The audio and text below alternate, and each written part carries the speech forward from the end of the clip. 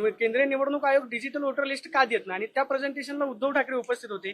ते सगळं slide show बघत होते की राहुल गांधी सांगतात की महाराष्ट्रामध्ये कसं मतांची चोरी झालेली आहे, मतांचा घोटाळा. मला असं वाटतं की अलीकडच्या काळामध्ये राहुल गांधी यांनी सलीम जावेद यांच्याशी संपर्क साधून त्यांच्याकडनं एक स्क्रिप्ट लिहून घेतलेली आहे.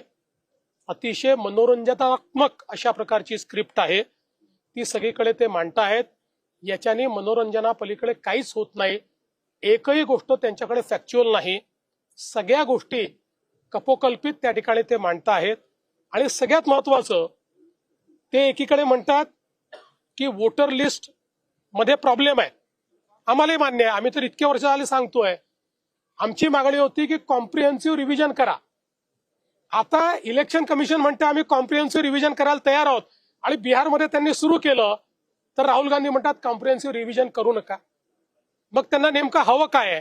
त्यामुळे त्यांना कॉम्प्रिहेन्सिव्ह रिव्हिजनही माहिती नाहीये आणि वोटर लिस्ट मधले प्रॉब्लेमही माहिती नाहीये. त्यांना केवळ आपल्या हारण्याकरता काही ना काही कारण शोधून काढायचं आहे. ते कारण त्यांनी शोधून काढलेलं.